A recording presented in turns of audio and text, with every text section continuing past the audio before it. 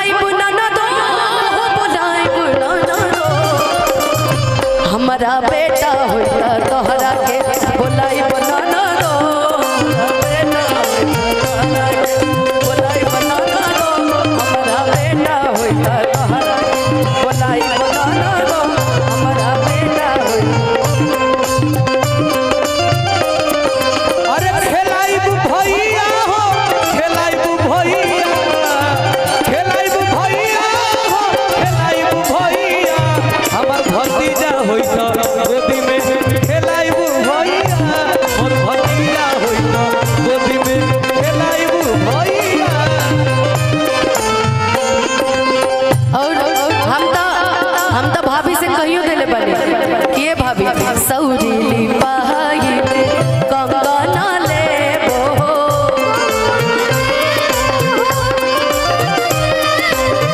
सौरीली पाई कंगना लेबो,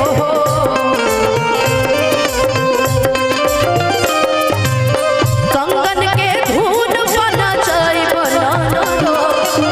कंगन के धुन बना चाय बनाना। ए भाई दुनिया में मोनू जी हमने के बहुत सारा लोग से मिलल बने, बकीर एगो बात कहतनी भगवान की क्रिया खा के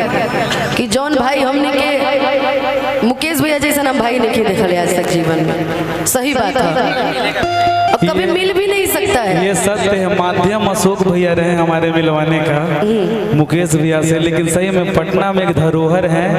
और हम लोग के मतलब उनके हाथ जो मेरे सर पे सबके कलाकारों जो जिनसे प्यार करते हैं, ये हम लोग के लिए बड़ा सौभाग्य आपके और प्रकाश जी पे तो कुछ ज्यादा ही है, देखते रहते हैं हम शिकायत करते रहते, हम शिकायत करते तभी हमको कोई चीज मिलता है। हाँ, लेकिन भगवान करे कि हमारे भाई ऐसा ही खुश रहे, बबुआ पे हमेशा भगवान की कृपा बनल रहो, हमने की उम्र बबुआ के लग जाओ, पूरा परिवार खुश रहो। कट दो भैया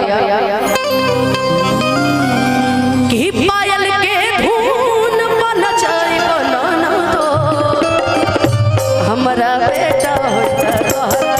के बुलाई बनाना दो, कि हमारा बेटा होता। ए भाई चलते रही हम रघु कुछ गए हो कि हमारा मुकेश भैया के अरमुना भइले, उठी के नगीना भइले,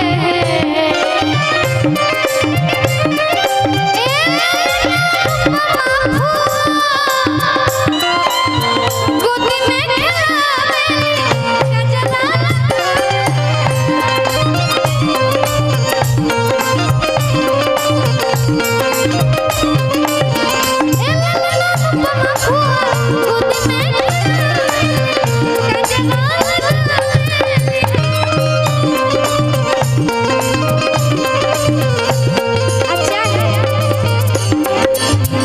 हमारा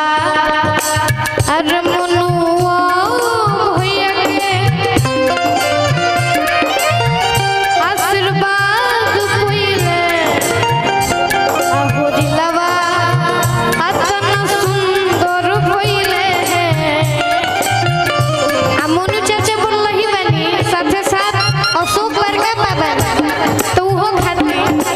ए मोनू चाचा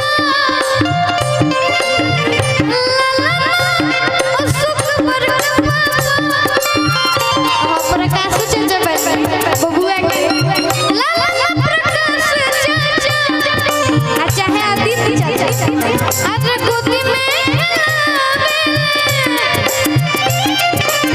गोटिया